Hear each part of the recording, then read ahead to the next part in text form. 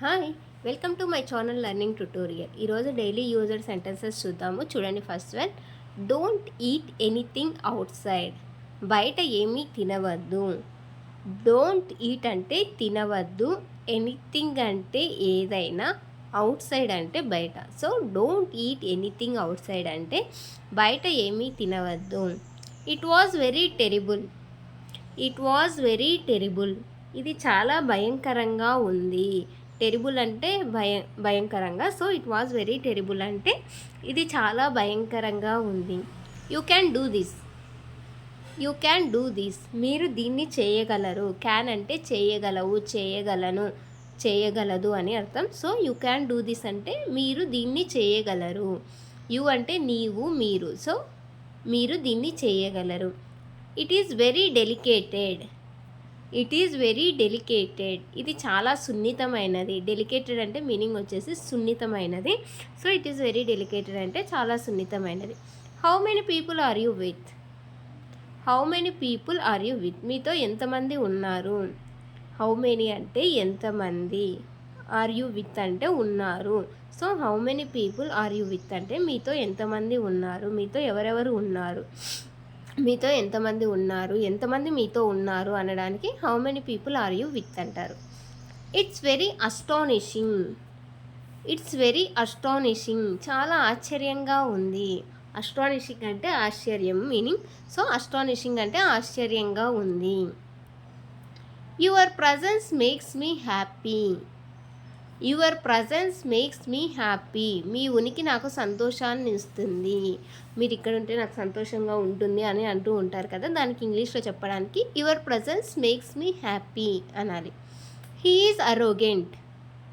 He is arrogant. అతడు అహంకారి. Arrogant meaning వచ్చేసి అహంకారి. సో హీ ఈజ్ అరోగెంట్ అంటే అతడు అహంకారి. I need your help. I need your help. నాకు నీ సహాయం కావాలి. Do what I say. నేను చెప్పేది చెయ్యండి. వాట్ ఐ సే అంటే నేను చెప్పేది. డూ అంటే చేయండి. సో డూ వాట్ ఐ సే అంటే నేను చెప్పేది చేయండి. She is very humble.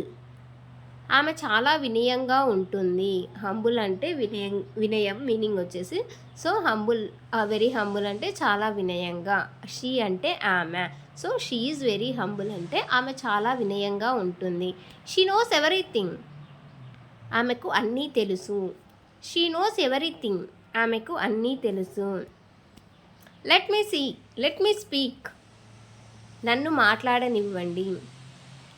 Let me speak. నన్ను మాట్లాడనివ్వండి.